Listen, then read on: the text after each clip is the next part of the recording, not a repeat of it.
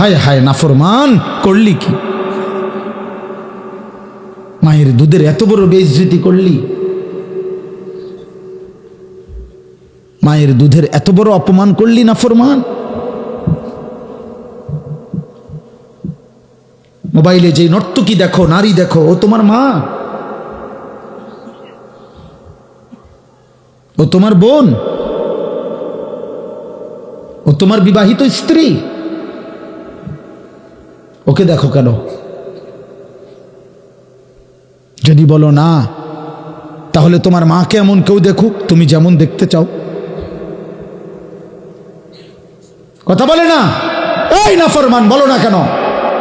তোমার বোনকে এমন দেখুক, তোমার স্ত্রীকে এমন দেখুক, বলো।